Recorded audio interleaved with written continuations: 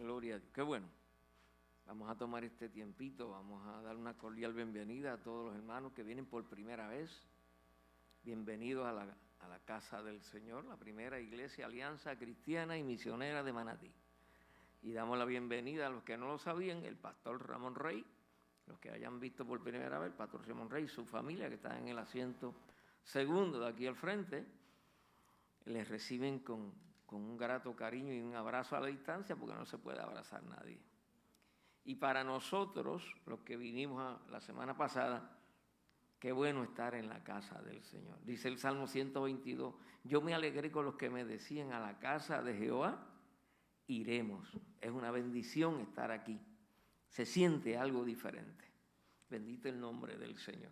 Yo quisiera leer un salmo de gratitud, ya que el Señor ha permitido que podamos estar aquí en su casa. Y que antes quiero orar. Dios eterno, Padre celestial, te alabamos, te bendecimos, damos gracias. Señor, gracias porque tú en tu perfecta voluntad y en tu gran cuidado para nosotros, Señor, nos has mantenido sanos y lo vas a seguir haciendo, Padre. Señor, gracias por esta congregación que ha cumplido con venir a tu casa, Señor. Bendícenos a todos nosotros. Y aún los que no han podido venir el día de hoy, tu bendición se extienda a ellos, Señor. Señor, gracias, porque tú siempre tienes cuidado de los tuyos, Padre Celestial, de todo aquel que te proclama como Señor y Salvador. Gracias, Padre. Quiero leer un salmo, es el Salmo 100, todos lo conocemos, y este salmo es de gratitud. Dice, cantad alegres a Dios, habitantes de toda la tierra, servid a Jehová con alegría, venid ante su presencia con regocijo. Reconoced que Jehová es Dios. Él nos hizo y no nosotros a nosotros mismos. Pueblo suyo somos y ovejas de su prado. Entrad por sus puertas con acción de gracias, por sus atrios con alabanza.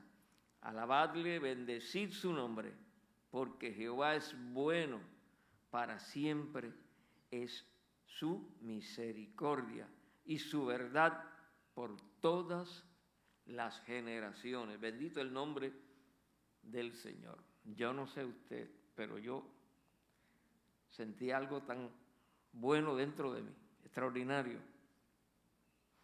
Venir a la casa del Señor. Después de tanto tiempo, Dios nos está hablando. Nos quería en nuestro hogar para que tengamos una relación íntima con Él. Algo el Señor está buscando, está llamando nuestra atención. Así que con eso los dejo, no quiero predicar. Dios les bendiga, Dios les guarde y gócense del culto.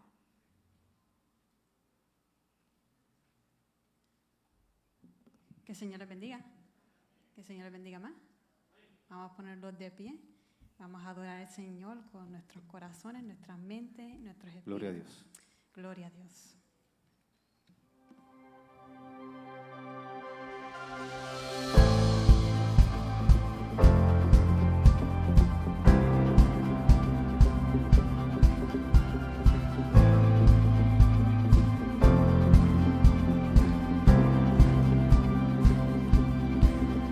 Cuando estoy en la tormenta, mi corazón no temerá. Cuando estoy desesperado, tu mano no me soltará. Cuando me encuentro sin aliento, yo sé que todo siempre tú lo haces bien.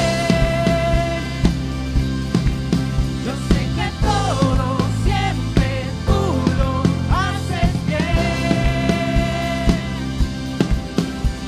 Que maravillará, tu mano dará, tu amor todo lo vencerá. Yo sé que todo siempre tú lo haces bien.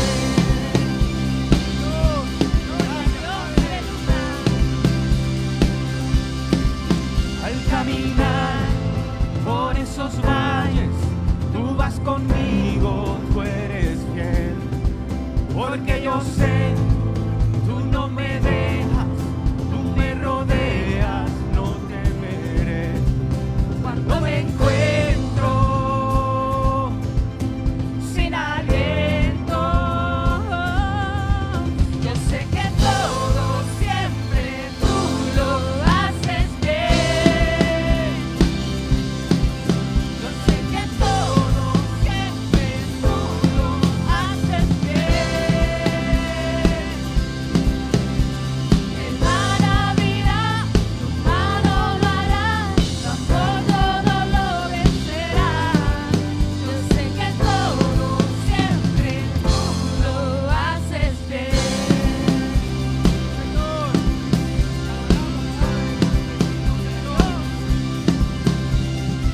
En la oscuridad a mi lado vas, siempre permaneces, en cada temor de tu mano voy, siempre me sostienes. En la oscuridad a mi lado vas, siempre permaneces, en cada temor de tu mano voy, siempre me sostienes.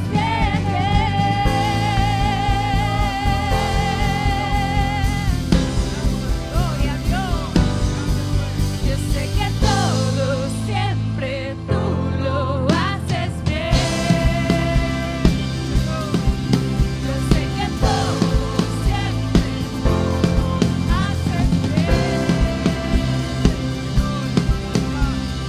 Mar abrirá, tu mano dará, tu amor todo lo vencerá. Yo sé que todo siempre tú lo haces bien. El mar abrirá, tu mano dará, tu amor todo lo vencerá. Yo sé que todo siempre tú lo haces bien.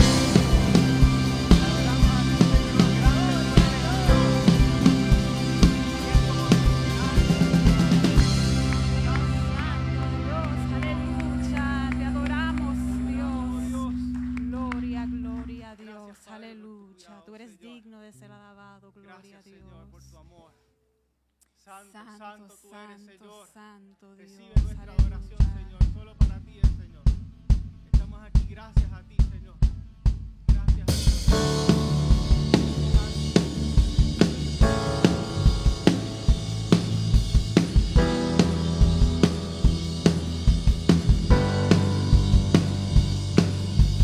Rey de reyes, te adoramos, tu grandeza proclamamos. Rey de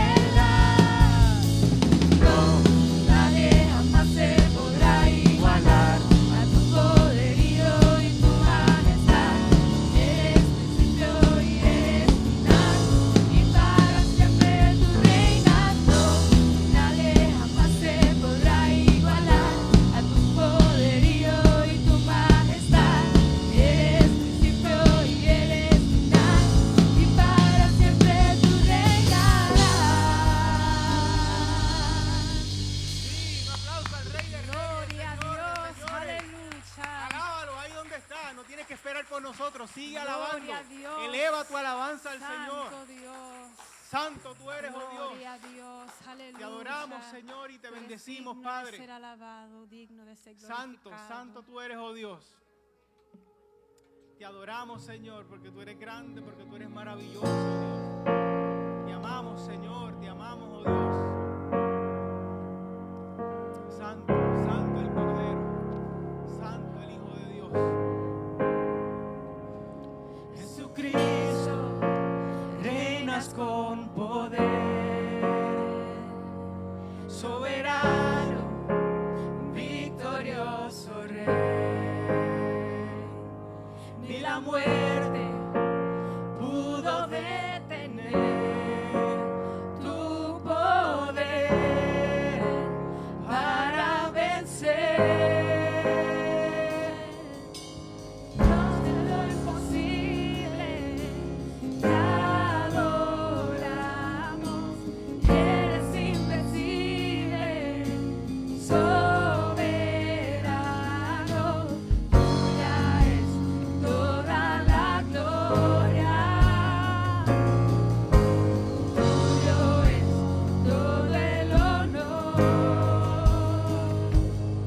Jesucristo, reinas con poder, Gloria a Dios. soberano, victorioso Rey.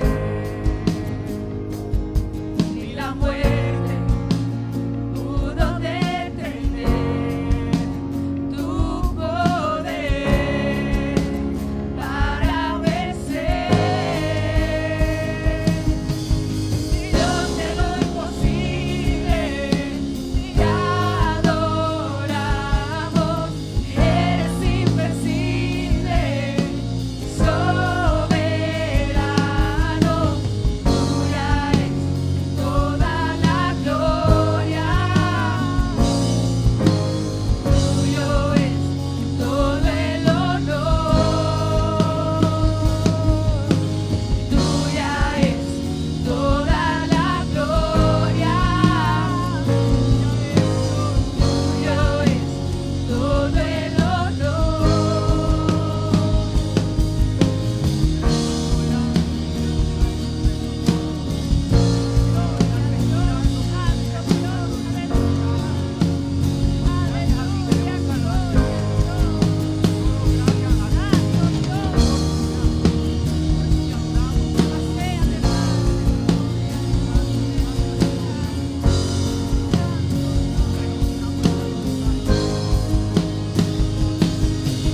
Dios de lo imposible, te adoramos. Eres invencible, soberano. Tuya es toda la gloria. Tuyo es todo el honor. Dios de lo imposible, te adoramos. Eres invencible, soberano. Tuya es toda la gloria. Tuyo es todo el honor. Y tuya es toda la gloria. Tuyo es todo el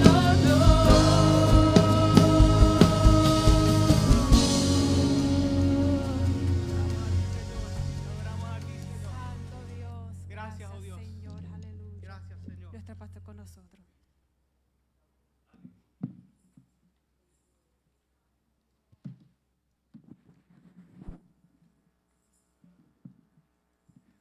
Dios les bendiga. Les invito a estar puestos de pie, por favor.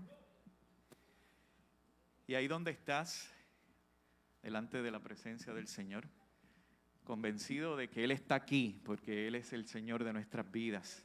Ahí donde estás, cierra tus ojos y vamos a ir delante de Él. Señor, te damos gracias por toda tu misericordia. Te damos gracias por tu gracia sobre nosotros, Señor. Te damos gracias porque tú eres bueno, porque para siempre es tu misericordia. Señor, estamos agradecidos de poder estar en tu presencia, de poder estar delante de ti para exaltarte y glorificarte como lo que tú eres, un Dios soberano, poderoso, grande y maravilloso, que nos alcanzó simplemente por gracia. No había nada en nosotros que justificara de que tú lo hicieras, Señor, pero solamente por tu gracia tú nos alcanzaste y tú nos salvaste. Oh Señor, venimos delante de ti porque solo tú eres el que tienes palabras de vida eterna para nosotros y porque solo tú eres la razón de nuestra adoración. Tú eres la motivación de nuestra reunión. Por eso hemos vencido el miedo para llegar hasta aquí, no temiéndole a lo que habrá de pasar, sino sabiendo de que tú eres un Dios que está en control y que en ti, oh Dios, estamos a salvo. Y pedimos, Señor, que tu gracia nos acompañe, que podamos adorarte en libertad, que podamos recibir tu palabra con gozo en nuestros corazones y que nuestra adoración a ti, Señor, sea desde lo más profundo de nuestro ser, con corazones agradecidos por lo que tú has hecho por nosotros. Gracias por los cuidados para tu iglesia, Señor. Gracias por los cuidados a nuestros familiares. Gracias por los cuidados de lo que tú has hecho durante todos estos meses, solamente por tu gracia y por tu misericordia. Y estamos aquí, oh Dios, para adorarte porque tú eres bueno. Y porque nosotros somos tu pueblo, somos tus hijos, somos las ovejas de tu prado. Y te damos toda la gloria y toda la honra a ti. Amén. Amén. Pueden sentarse, amados. Antes de comenzar, quiero rápidamente reconocer que tenemos en medio de nosotros unas visitas que queremos distinguir y darle las gracias por llegar hasta acá. Y que se repita, ¿verdad? Siempre decimos que se repita. Si no tiene una iglesia donde poder adorar y donde exaltar el nombre de Jesucristo, le invitamos que haga de esta su iglesia, la casa de Dios. Está con nosotros Oscar López. Oscar, si puedes levantar la manita. Oscar, Dios te bendiga. Bienvenido. Y reconocemos también a Puruca, que está con nosotros. Dios te guarde, Puruca. Sabemos la pérdida que el Señor te está fortaleciendo y el Señor está contigo como poderoso gigante. Qué maravilloso. Está también mi hermana Lourdes Rey. Dios te bendiga, Lourdes. Bienvenida.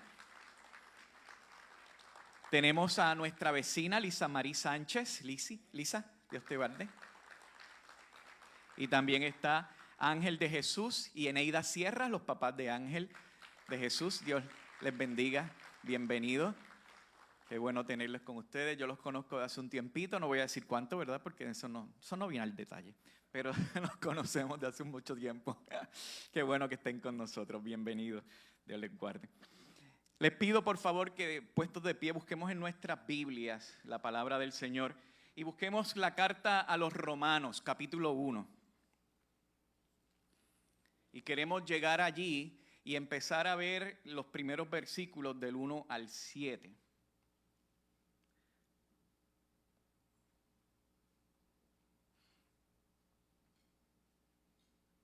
Romanos capítulo 1, versículos del 1 al 7.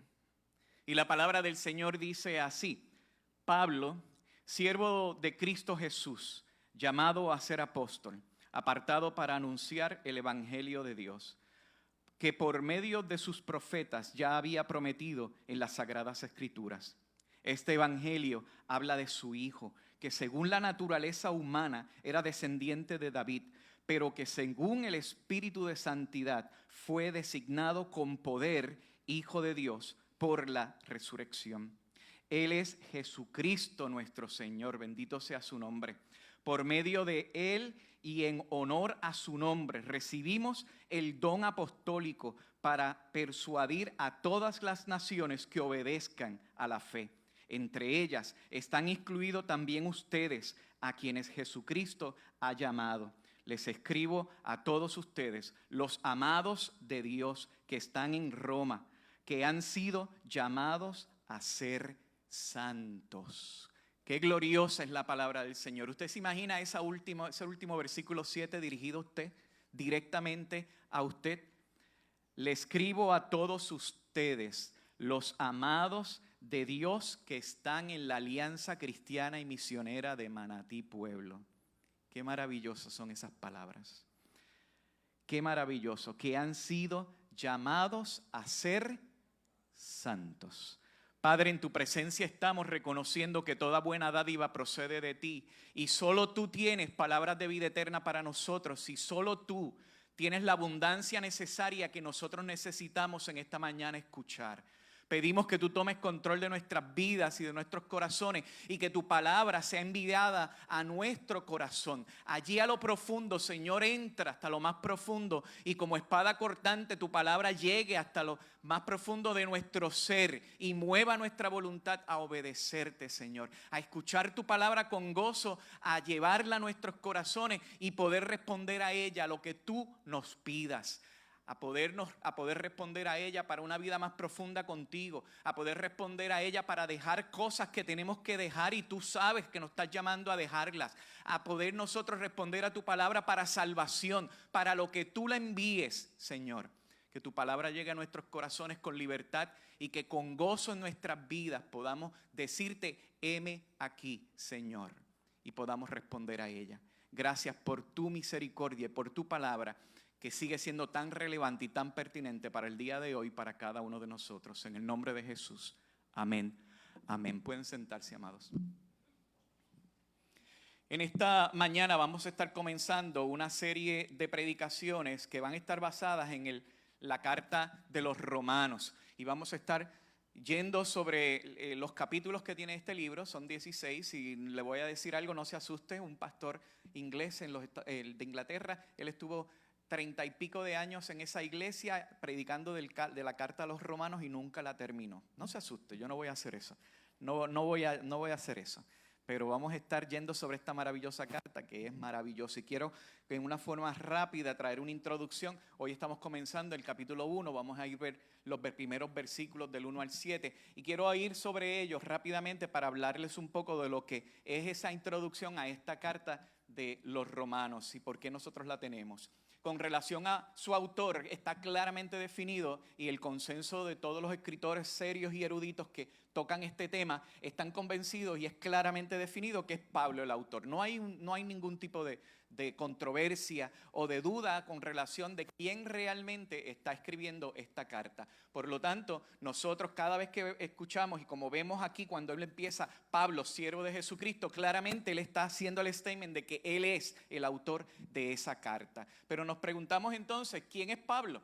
¿Quién es esa persona? Pablo, ustedes saben, algunos lo sabrán, otros lo sabrán ahora, ¿verdad? Que Pablo, su nombre hebreo era Saulo, ese era su nombre original, era Saulo. Él viene de la ciudad de Tarso, una ciudad muy importante en la parte de la Galacia, que era una región que hoy conocemos como Turquía. Y en ese lugar donde estaba Pablo, en Tarso, era una ciudad muy importante, la cual se componía como si fuera una gran capital en aquella época. O sea que Pablo estaba expuesto a un lugar donde había mucho movimiento, muchas culturas, había mucho tipo de información, había universidades, había cultura, había muchas cosas que era lo que hacía que esta ciudad fuera tan importante. Por eso él escribe en el libro de los Hechos y él menciona lo siguiente: yo de cierto soy hombre judío de Tarso, ciudadano de una ciudad no insignificante en Galacia.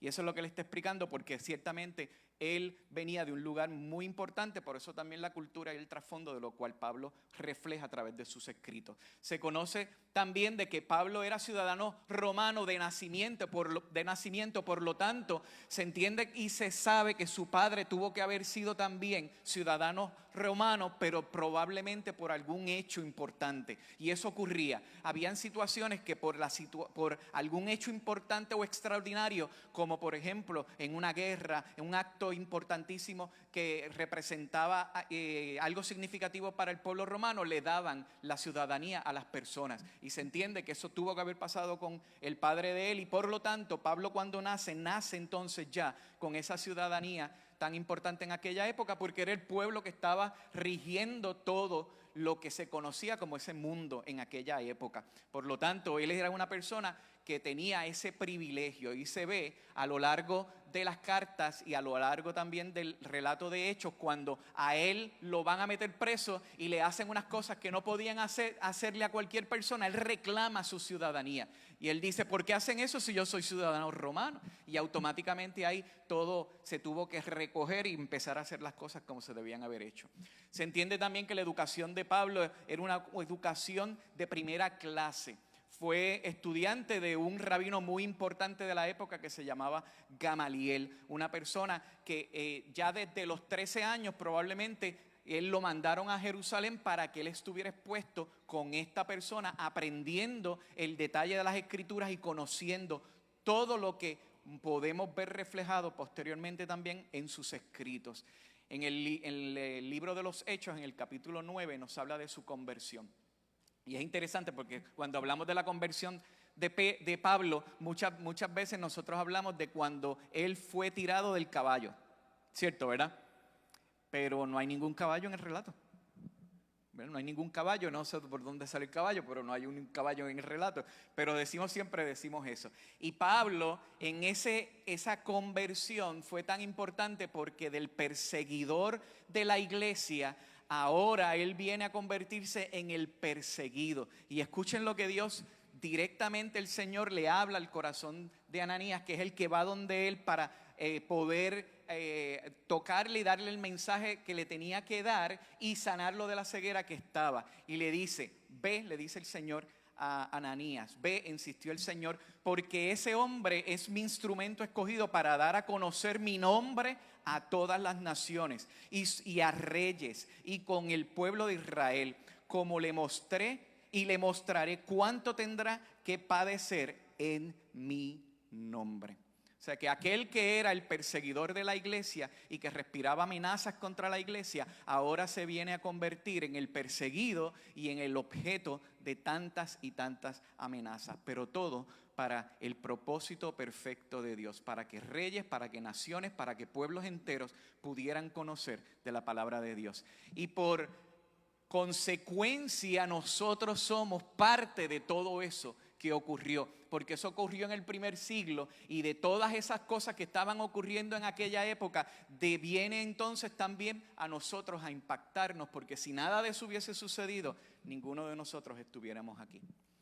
También se habla de Pablo de una persona que con un físico lo ponen chiquito, medio calvo, etcétera. No hay ninguna referencia bíblica que nos haga referencia a ello, pero sí se entiende de que había un escrito de la época que se llamaban Los Hechos de Pablo y de Tecla. Es un libro espurio, no es un libro bíblico, no es un libro canónico, pero se hablaba de esa carta y daba una descripción de Pablo. Y decía en esa descripción que él era una persona de altura regular, medio calvo, de nariz puntiaguda y de frente ceñuda. Y esa era la descripción que en esa carta hacen de Pablo. Lo que sí sabemos, lo que él mismo dijo a los corintios, él le dice: porque a la verdad dicen las cartas que son duras, cuando él está hablando de una iglesia que tenía tantos problemas, más la presencia corporal débil. Porque en esa misma carta que se hace referencia de los Hechos de Pablo, se estaba también haciendo referencia a que sus piernas estaban encorvadas. Y hay unas especulaciones con relación a ello, lo cual refieren que dicen que pudo haber sido probablemente por golpes recibidos o por alguna enfermedad que le haya causado esa deformación en sus piernas. Pero nada de esto es confirmado, ¿verdad? Como si fuera la palabra de Dios, simplemente son palabras, son escritos paralelos que se tienen y se pueden referir. Cuando hablamos de la fecha y el lugar de composición de la carta, se entiende que esta carta fue escrita en Corintios en ese tercer viaje misionero que Pablo está haciendo a las iglesias, en el tercer viaje, entre el año 57-58, al final de ese periodo. Él estaba en Corintios por 3 años y en Corintios se entiende que ahí comienza la carta. Ya él vislumbrando que su tiempo había terminado ahí, entonces está proyectándose lo que va a estar haciendo, y en su corazón estaba llegar a Roma, porque llegando a Roma se llegaba al fin del mundo. Porque de ahí era el centro de todo, y si la palabra de Dios llegaba a ese lugar, la palabra de Dios llegaría a todas partes del mundo. La iglesia de Roma era básicamente una iglesia como las que nosotros hoy conocemos, una iglesia que tiene diversas personas, personajes, diversos estilos de personas, de gente, etcétera. Y era una iglesia que estaba combinada entre judíos y entre gentiles. Cuando miramos la carta en sí, empezamos a ver las referencias a lo largo de los 16 capítulos de la carta. Él empieza a hacer referencia en lugares específicos que le estoy hablando a ustedes, judíos, les estoy hablando a ustedes, gentiles. Y en la manera como él hace inclusivo el mensaje, recuerda de que esa diversidad dentro de la iglesia es parte de lo que es la palabra del Señor, que alcanza a todos por igual. Por ejemplo, en el capítulo 2, él dice: ahora bien, tú que llevas el nombre de judíos, está hablando directamente, ¿verdad?, a esas personas judías, que dependes de la ley y te jactas de tu relación con Dios. En el capítulo 7, él también hace una referencia en el versículo 1, y hermanos, les hablo como quien conocen la ley. Personas que conocen la ley. El que conocía la ley en aquella época, pues definitivamente eran judíos que tenían el entendimiento de la palabra de Dios. Y en el capítulo 11 también hace una referencia cuando le dice a los gentiles: me dirijo a ustedes, los gentiles. Y así a lo largo de la carta lo vamos a ver en diferentes lugares, cómo esos dos grupos son atendidos no solamente a través del evangelio que los alcanza, sino también a través de ese cuidado de lo que la palabra del Señor quiere hablarles a ellos, y los está dirigiendo a través de Pablo para que esos grupos también puedan ser alcanzados. Cuando nosotros empezamos a ver estos primeros versículos, el versículo 1 que empieza: Pablo, un siervo de Jesucristo, un apóstol llamado, apartado para el evangelio de Dios, y empezamos a ver que ese saludo que él le da a la iglesia tiene esos 7 versículos, que es lo que normalmente se conoce como el saludo de la iglesia a la iglesia. Nosotros lo podemos ver a lo largo de todas las cartas que Pablo escribe. Este particular es el saludo más largo. En el texto original fueron 93 palabras que él utilizó para saludar a la iglesia, versus otras cartas que van desde los 19 palabras, que van bien short and sweet, como decimos, ¿verdad?, directo al grano, hasta Romanos, que entonces utiliza 93. Antes de Romanos está los Gálatas, y tienes razón de ser, porque los Gálatas estaban pasando por una situación donde se estaban apartando de la fe y estaban cambiando el evangelio conocido por otro tipo de evangelio, el cual no era real ni era verdadero, sino que era un engaño. Y él también entonces se encarga en ese saludo a atender situaciones, y de ahí el resto de la carta. Así que en este Romanos él usa ese tiempo para poder dirigirse a la iglesia, una iglesia la cual él no fundó, una iglesia la cual él no había visitado, y una iglesia a la cual él quería asegurarse de que lo que iba a escuchar y lo que iba a recibir era directo del corazón de Dios, que es el que inspira la palabra de nuestro Dios. Entonces, ¿qué nos dicen estos 7 versículos que nosotros tenemos delante de nosotros? Les voy a invitar que tengan su Biblia abierta, por favor, para que vayamos sobre cada uno de ellos, porque este va a ser el comienzo. Estos 7 versículos, aparte de ser el saludo que él le está dando a la iglesia, se van a convertir en el tono de lo que va a haber a lo largo de toda la carta y de todo lo que se va a describir en la carta. Aquí Pablo va directo al grano. Él no se va por las ramas, sino que va directo hacia lo que les quiere hablar a ellos. En el versículo número 1, por ejemplo, nos habla de esas credenciales que él como apóstol tiene, y que él le quiere demostrar y recordar a la iglesia de quién es él. Acuérdense, él no era el que fundó la iglesia, por lo tanto él no es tan conocido. Es conocido a través de lo que la iglesia misma va hablando y de lo que los hermanos y la relación con hermanos de esa iglesia él va teniendo. Lo vemos en el capítulo 16, cuando él empieza a hacer su despedida. Él empieza a decir: salúdenme en aquel otro y aquello, y empieza a hacer una larga lista de nombres y de personas que él quiere que saluden, porque había tenido relación con ellos, pero no había ido allí. Por lo tanto, él empieza en este primer versículo lo siguiente: Pablo, siervo de Cristo Jesús, llamado a ser apóstol, aportado para anunciar el evangelio de Dios. Y así comienza el versículo número 1. Y él trae sus credenciales. ¿Quién soy yo? ¿Por qué le está haciendo esto? Le está hablando a una iglesia, le está dirigiendo una carta a una iglesia de la cual él tiene que captar la atención de ellos inmediatamente y asegurarse de que lo que ellos están recibiendo y de lo que ellos van a escuchar es la palabra de Dios, porque él es apóstol de Dios. dirigido, enmarcado en ese propósito y voluntad perfecta de Dios, donde es el que lo llamó y lo apartó para ello. Por lo tanto, Pablo empieza con una palabra bien interesante que también en el griego tiene su propósito. Le empieza y dice, siervo de Cristo Jesús. Ahí la palabra que él utiliza es una palabra griega que se llama doulos. Y esa palabra literalmente lo que quiere decir es esclavo. Esclavo, una palabra que hoy día no es como que muy popular. No es tan fácil que uno vaya por ahí y le diga, yo soy esclavo de Jesucristo. Que tú le digas a alguien, yo soy siervo de Jesucristo. Como que siervo se oye como más apropiada, se oye más bonita, se oye tal vez hasta más de caché, si pudiéramos usar la palabra, de que yo soy siervo del Señor. Pero Pablo le está diciendo a ellos, yo soy esclavo de Jesucristo. Y esa palabra que él estaba utilizando es una palabra que en la referencia en el griego de aquella época hacía noción de una persona que recibía salario y que tenía buen trato y que tenía un amo, pero aún a pesar de lo que podía tener y recibir como beneficios, no tenía la autonomía y la autoridad de decidir hacia dónde iba y lo que quería hacer. Era un esclavo, sometido y limitado como lo que define el término como tal. Y él lo está diciendo y lo está refiriendo en este versículo 1 para que la iglesia esté escuchando claramente y entiendan que lo que él es está totalmente rendido a Cristo, al Señor de la iglesia. Él es el Señor y a Él es que yo sirvo, es lo que está diciéndole Pablo, y mi voluntad no es mía, está sometida totalmente a Él.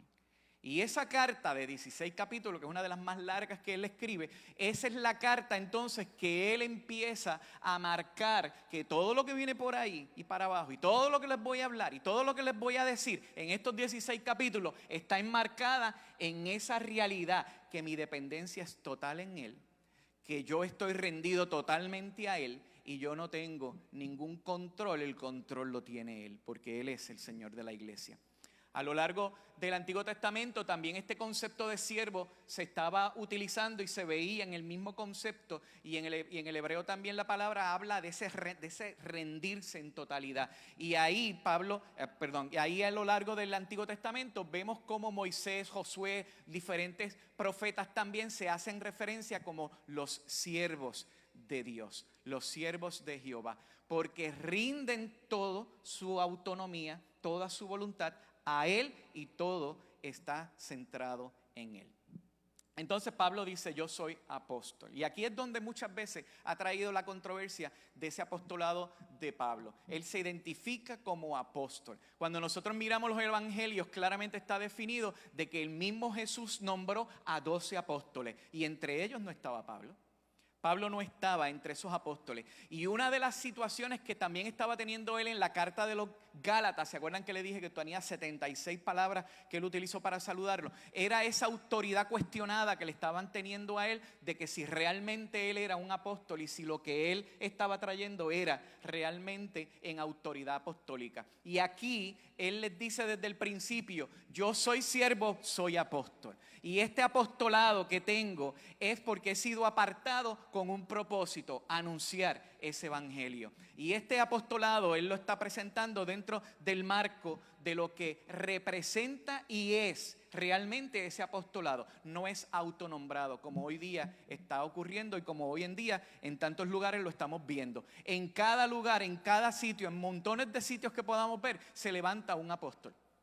Y este es el apóstol tal, y este es el apóstol tal, y aquel es el apóstol cual. Y tenemos cientos y cientos de apóstoles por todas partes. Pero cuando miramos el relato bíblico y vamos al detalle, vemos claramente de que habían que ocurrir unas situaciones que la iglesia había enmarcado y había definido para que eso pudiera ocurrir, decirse o enmarcarse bajo el término de lo que era un apóstol. Y lo vemos claramente de que tenía que haber visto a Cristo resucitado.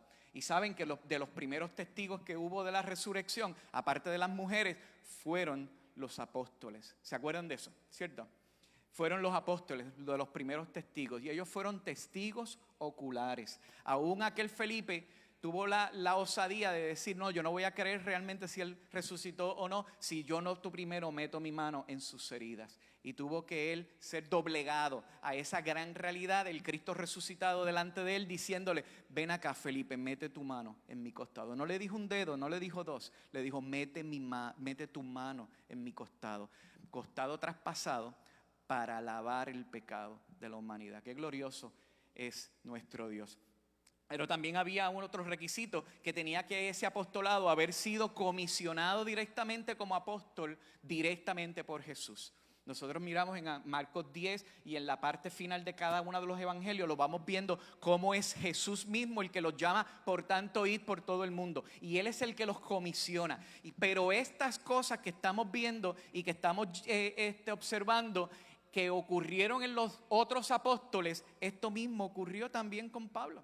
Nosotros lo vemos en el libro de los Hechos como él fue testigo del Cristo resucitado, que se le presenta y que se le muestra. Y ese resplandor de la gloria de él es lo que lo tumba al piso. Y él cae rendido sabiendo que lo que estaba viendo no fue una ilusión o no fue algo pasajero. Sabiendo que lo que estaba ocurriendo en ese momento era la expresión de la gloria de Dios delante de él. Por eso se rinde inmediatamente y dice, ¿qué quieres de mí, Señor? Y se rinde en toda su totalidad. Y también fue comisionado para que él fuera a llevar el evangelio a todas partes, sobre todo a los gentiles, al pueblo que viene a ser injertado dentro de ese propósito de Dios del evangelio. Entonces, Pablo entonces dice que ese apostolado que él está teniendo, y el apostolado va más atado a ese llamado, a ese enviado, esa es la definición de la palabra, de ese llamado, de ese apostolado. Él lo que entonces le está diciendo a ellos es que ese apostolado y para lo que Él me ha llamado es para entonces yo predicar el evangelio. El evangelio, apartado para el evangelio. Desde el principio Él había sido designado por Dios para la proclamación del evangelio de nuestro Señor Jesucristo. En Gálatas 1, versículo 15, Él dice, Dios me había apartado desde el vientre de mi madre y me llamó por su gracia. Qué maravilloso es saber que ese propósito a lo cual Él había sido llamado era el cumplimiento de esa misma carta que Él está dirigiendo a ellos. Lo que yo estoy haciendo ahora, lo que yo estoy escribiéndole a ustedes, lo que de ahora en adelante van a leer a través de todo este contenido de la carta, está enmarcado de un llamamiento irrevocable por parte de Dios para mi vida, para llevar el evangelio. Qué glorioso es nuestro Dios. Entonces, en el versículo 2 nos habla de qué evangelio predica entonces Pablo a los romanos. En el versículo 2 comienza él diciendo, por medio de su profeta ya había prometido en las sagradas escrituras. Él lo que le está diciendo a ellos claramente es que el evangelio que él está anunciando no es un evangelio que él se acaba de inventar. Él no está hablando algo de lo cual en algún lugar, en algún cuarto oscuro, él se sentó a pensar y a meditar y empezar a escribir y a desglosar algo que se llamaba el evangelio. No, él está claro y él está mostrando de que lo que él está anunciando está enmarcado en la realidad, que los profetas, que a través de los profetas, y cuando se hace el término profeta, se engloba lo que es la ley y los profetas. Él le está diciendo, a través de ella y a través de lo que es la palabra, este mensaje siempre ha estado, siempre ha existido. Eso es lo que yo predico, eso es lo que yo enseño. No me lo inventé, no es algo que yo creé, no es algo nuevo, es lo que Él ya había hablado desde el principio y que hoy ustedes van a escuchar a través de esta carta. Eso es lo que él está diciendo. Fue prometido el evangelio a través de las escrituras y por medio de los profetas fue claramente enseñado. Por eso mismo el mismo Jesús, cuando estaba en la tierra, él habla de las escrituras, de que ellas dan testimonio de él. La proclamación del evangelio que arranca en la persona de Jesucristo, mostrando la buena gracia de Dios sobre el pueblo, de que el reino de Dios se había acercado. Ahora Jesús le está diciendo que a través de las escrituras, la escritura da testimonio de Él. El Hijo de Dios, el Dios hombre, narrado en Daniel 7, Él es el cumplimiento. Jesús habla del siervo sufrido, que habla Isaías 53, Él es el siervo sufrido. Y lo vamos viendo desde el Antiguo Testamento, cómo va siendo revelado progresivamente ese evangelio hasta la persona de Jesús. Porque cuando llegó Jesús, el tiempo se había cumplido. Y tú y yo somos el resultado de todo eso. Y eso es lo que le está diciendo a los romanos. Le está diciendo a los romanos que ellos son el resultado de algo que no es novedoso y que no es nuevo, que es algo que viene desde las Escrituras siendo proclamado, pero en Cristo fue revelado, y que Él como apóstol y los otros apóstoles están enseñando y compartiendo para todo el mundo. En el caso de Él, para los gentiles, para el pueblo que ha sido añadido. Entonces, Él empieza a hablar en el versículo número 3 sobre la definición de qué es ese evangelio. Él habla de que este evangelio había sido revelado desde antes. Ahora él en el versículo 3 él empieza a definir ese evangelio. Dice, este evangelio habla de su Hijo. ¿Quién es el personaje principal del evangelio? Es Cristo. Es el personaje principal. Nosotros estamos aquí porque Él es el personaje principal. Nosotros somos parte de lo que está ocurriendo. Toda la gloria es para Él. Todo se centra en Él. Él es la razón de nuestra adoración. Por Él estamos aquí y para Él estamos aquí porque Él es el Señor de nuestras vidas. Solamente es Él, solo a través de Cristo. Por eso cuando los reformadores escogieron nuevamente y tomaron la centralidad de la palabra, volvieron a tomar ese solo Cristo, porque es solo Cristo. No es la iglesia, no es el mensaje del pastor, no es la canción, no es lo que se pueda ocurrir en el altar, es Él y solamente Él, porque Él es el Señor de la iglesia y Él es el que lo hace todo. Y Él dice, este evangelio habla de Cristo, según la naturaleza humana, era descendiente de David. El evangelio habla de Jesús, el evangelio habla de Cristo, el evangelio es acerca de Cristo. El evangelio son las buenas nuevas de que Dios señala para ti y para mí el único camino para llegar a Él. No hay otro camino. Calvino decía y escribió en una ocasión, todo el evangelio está contenido en Cristo. Por tanto, alejarse, un solo paso de Cristo significa alejarse del evangelio.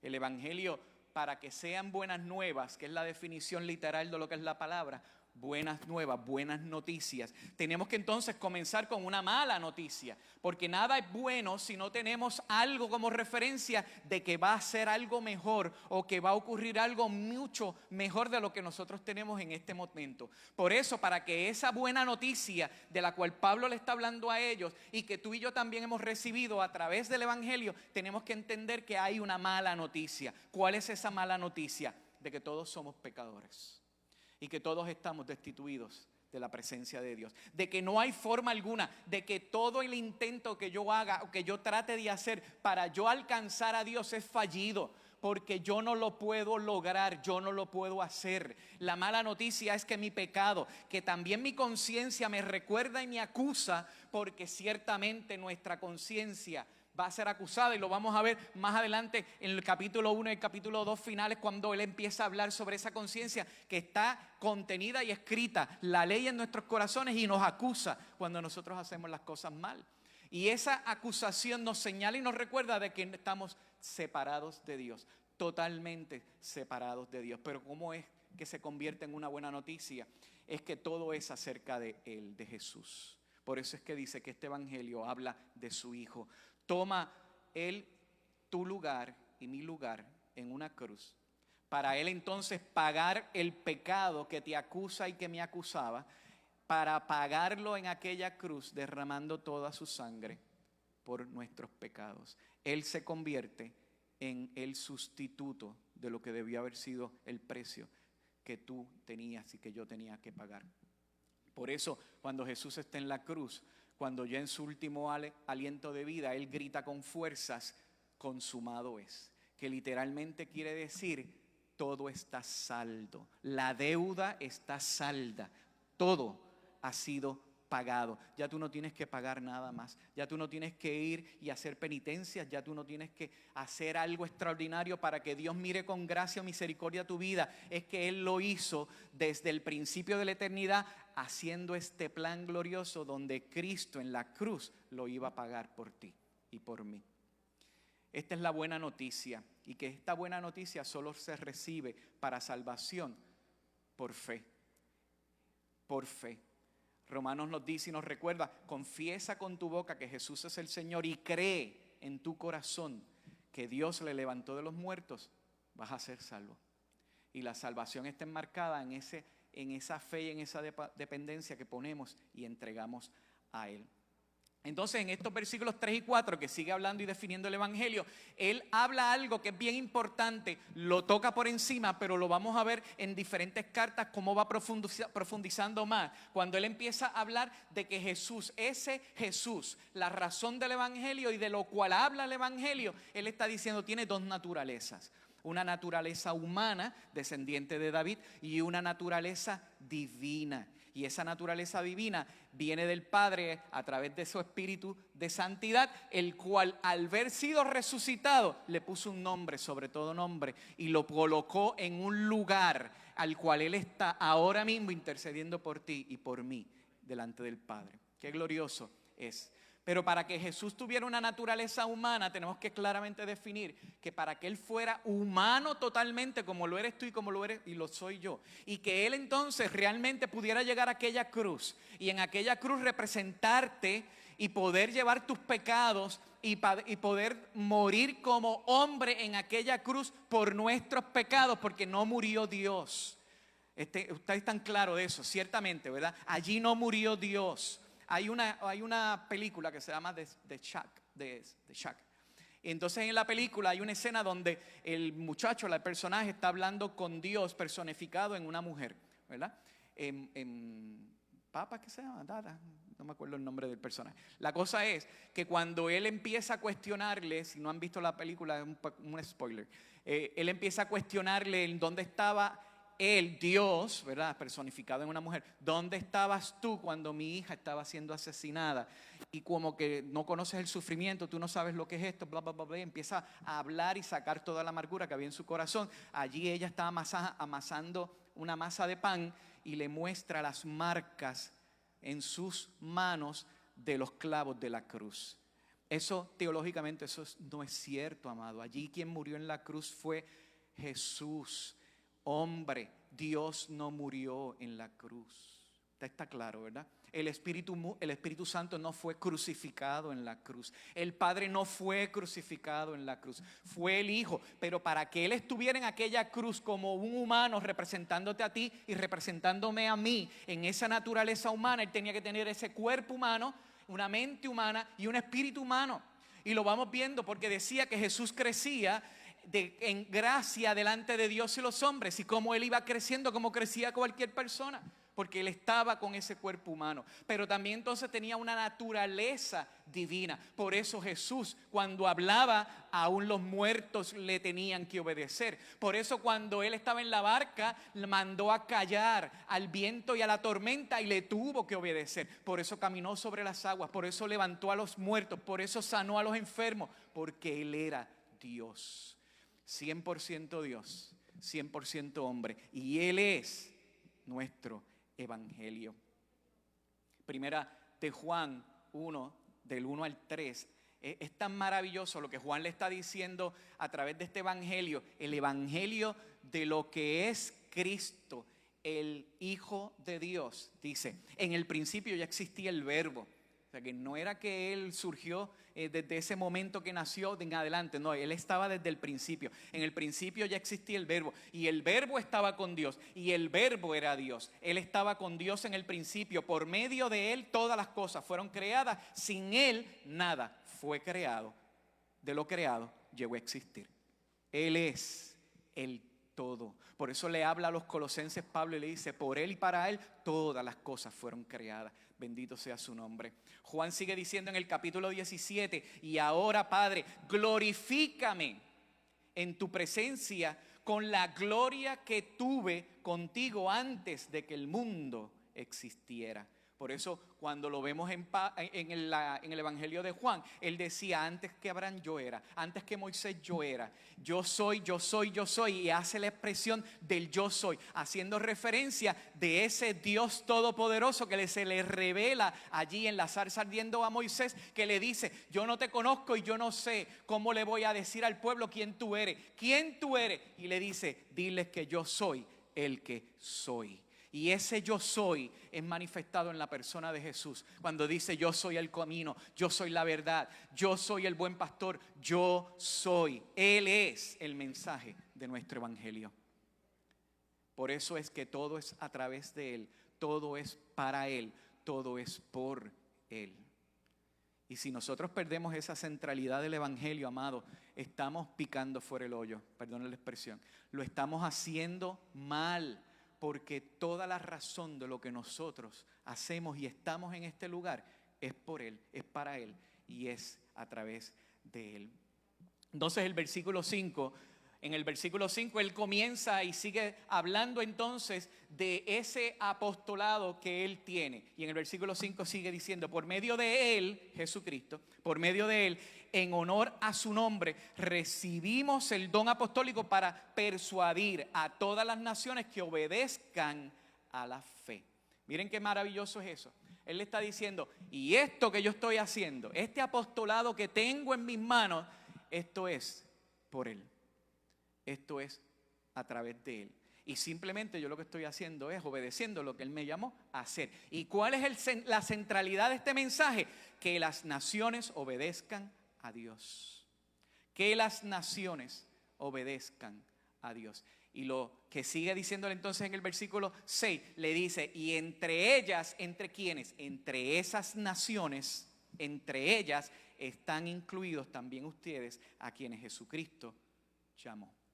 Mire qué maravilloso. Él le está diciendo entonces, yo lo que estoy aquí con este llamado apostólico, que les estoy hablando del mensaje del evangelio, que es la centralidad en Cristo y solo Cristo, y que Él es la razón del mensaje y por lo cual estoy escribiendo esta carta, Él me dio la autoridad de ir a proclamar a las naciones que obedezcan la fe en Jesucristo. Y es solo por la fe, porque lo que tú y yo, cuando nos rendimos delante de Él y creemos en Él, es solamente a través de la fe. No hay otra cosa. Cuando tú y yo nos encontramos con Él, no podemos presentarle una carta, un resumen, un currículum vitae de todas las cosas que hemos realizado y hemos hecho. Mira, yo merezco ser creyente, o yo merezco ser tu hijo por todos estos accomplishments que yo he hecho, por todo lo bueno que yo he sido, por lo maravillosa persona que yo soy. Nada de eso va a impresionar a Dios.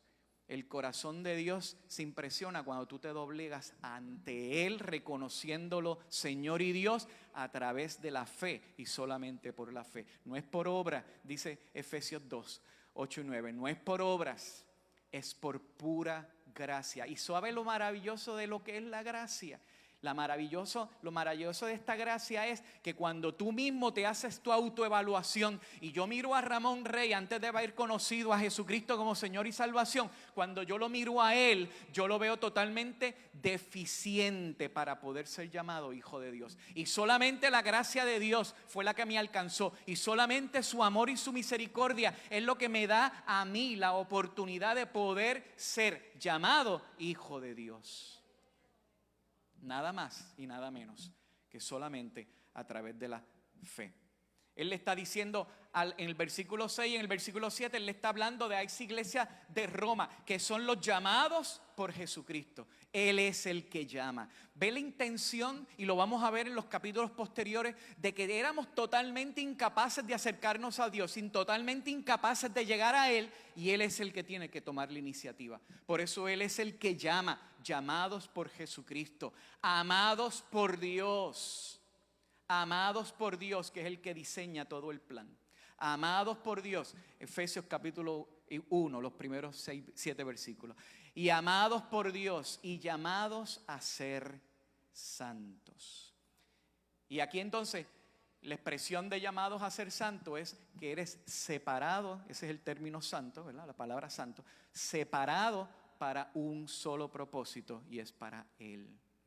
En el Antiguo Testamento, artículos se separaban y se santificaban. El templo se santificaba, porque el acto mismo per se, lo que estaba diciéndole al pueblo y recordándole al pueblo que esto, lo que se va a utilizar o lo que se va a hacer, está dedicado exclusivamente para Dios. No tiene 3 usos, no tiene 2 usos, no tiene 20 usos, es solamente para Él. Y así Él le está diciendo al pueblo, en la carta a los romanos, le está diciendo a los romanos: ustedes han sido llamados a ser santos.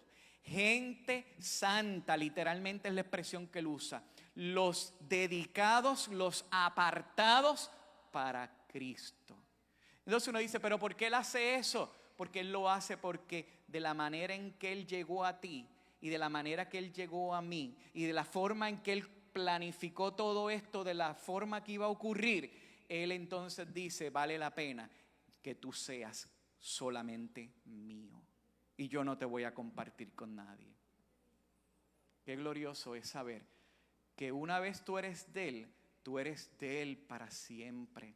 Por eso Pablo le escribe a los filipenses: el que comenzó la buena obra en ti la va a perfeccionar y la va a llevar ¿hasta cuándo? Hasta el día de Jesucristo.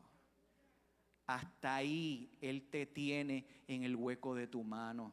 Juan 10, Él te guarda, Él te cuida, Él te protege y Él te recuerda de que Él es tuyo y tú eres de Él.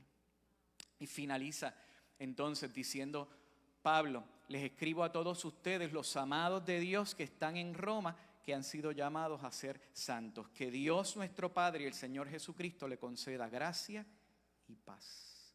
La gracia es el favor inmerecido de Dios sobre nosotros. No lo merecíamos, no hay razón por lo cual Él lo hiciera. Al contrario, todo hablaba de que debíamos haber sido descartados, pero Él lo hizo a nuestro favor. Es un inmerecido favor que Él hace a nosotros, que solamente a través del consejo de su propia voluntad, Él mismo, solo Él llegó a tomar esa decisión a favor tuyo y a favor mío. No mirando en el futuro que yo iba a ser bueno, no mirando en algún momento que tomaría una decisión por Él, no tomando en consideración su poder para saber el futuro y decir: en este punto Él está malo ahora, pero en algún momento Él será bueno. No, Él lo hizo en gracia, aún yo siendo pecador. Y sabiendo lo malo que yo era y sabiendo lo alejado que estaba de Él, Él me extendió su gracia inmerecida. El favor que yo necesitaba, porque sin Él yo jamás lo iba a alcanzar. Y por último le dice: y les entrego la paz, y que reciban la paz. No la paz de Pablo, la paz de Jesucristo, la que no puede otorgar el mundo. Es la paz verdadera. Es el tu poder experimentar algo dentro de ti que muchas veces te faltan y te fallan las palabras para poder describirlo o poderlo compartir con alguien, porque es algo tan íntimo y tan maravilloso dentro de ti, donde en esa paz tú sientes en tu corazón que no hay una acusación contra ti. Que esa conciencia que está ahí y que está acordándote de que eres pecador, y siempre nos tenemos que recordar el Evangelio todos los días y tenemos que hablarnos del Evangelio todos los días, porque esa conciencia también sigue acusándonos porque somos pecadores, pero saber de que no hay ninguna acusación para los que creen en Cristo Jesús, para los que están en Cristo Jesús. Y eso nos provoca paz de saber de que Él lo hizo por pura gracia, y el ejecutar esa gracia sobre mí, experimento la paz verdadera que el mundo no puede conocer. Por lo tanto, concluyendo ya, hermanos, esta carta a los romanos es una carta extraordinaria que habla de Dios y la obra de Cristo en la cruz a nuestro favor.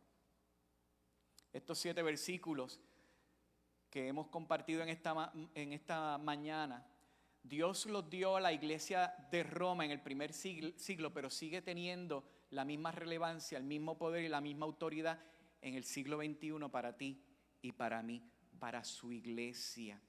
Hoy a nosotros el Evangelio nos sigue hablando de Cristo. Hoy a nosotros Él sigue siendo el centro de todo y la razón de todo, por lo cual tú y yo estamos en este lugar. Por su sacrificio en aquella cruz nos ha dado una gracia inmerecida, la cual nos ha dado paz, reconciliándonos con Dios, porque nuestro pecado ha sido borrado por los méritos de Cristo a nuestro favor. Si todavía tú vives bajo la acusación de tu conciencia, si todavía tú te sientes acusado o alejado de Dios y piensas que a pesar de todos los esfuerzos que tú has hecho y toda la búsqueda que sigues tratando de encontrar algo y no lo has recibido, Él te quiere decir en esta mañana, el Señor, que Jesús hizo todo lo que tú estás tratando o intentando hacer. Jesús lo hizo en la cruz a tu favor para alcanzar la salvación de tu alma. La deuda está salda. No tienes que intentar hacer nada o tratar de resolver algo. Solo pídele que Él ponga arrepentimiento en tu corazón y en tu vida para arrepentirte de tus pecados, y que pongas fe, la fe salvadora en tu alma, para que tú le creas a Él y que deposites toda tu esperanza y toda tu fe en Él para que seas salvo por Él. Vamos a orar. Señor, te damos gracias por tu palabra. Qué maravilloso es saber nosotros hoy aquí en el siglo XXI, en la Alianza Cristiana y Misionera de Manatí, poder nosotros saber que todo el beneficio de todas las cosas que Pablo le está hablando a una iglesia hace 21 siglos atrás, Señor, nosotros también somos beneficiados.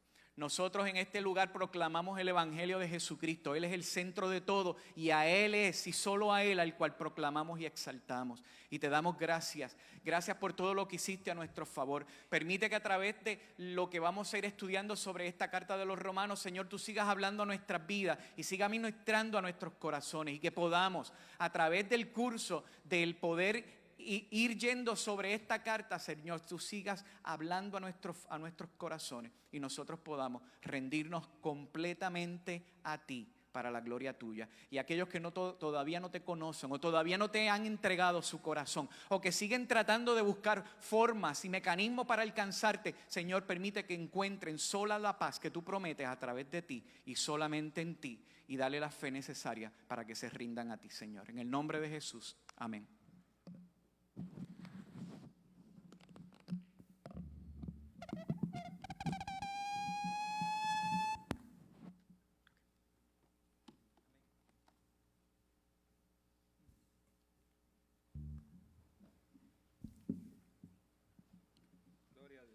Gloria a Dios, aleluya. Pónganse de pie, vamos a adorar a Dios. Este es el último canto, después el pastor despide en oración.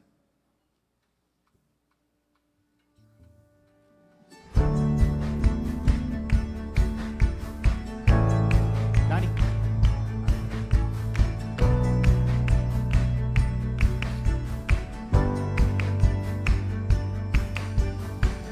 Tu presencia avanzamos libre, cúbrenos con tu luz de amor, llévanos mucho más profundo, pues somos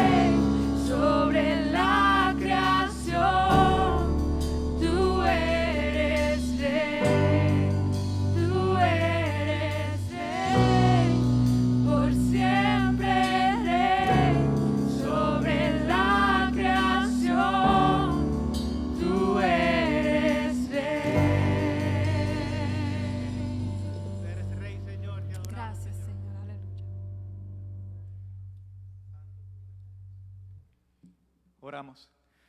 Señor, te damos gracias por esta hermosa mañana. Gracias por la bendición de estar en tu presencia. Permite que saliendo de este lugar, oh Dios, tú continúes hablando a nuestros corazones y que la palabra que tú has traído a nuestras vidas nos ponga a analizar y a pensar lo que tú has hecho a nuestro favor. Ayúdanos, oh Dios, y dirige nuestros pasos. Cuida a tu iglesia y permite que donde lleguemos y donde estemos seamos luz en medio de un mundo que está en oscuridad, pero para reflejar tu gloria y tu gracia. Y ahora que la gracia de nuestro Señor Jesucristo, el amor de Dios y la comunión de tu Espíritu Santo sea con nosotros ahora y siempre. Amén. Amén. Y a los que están conectados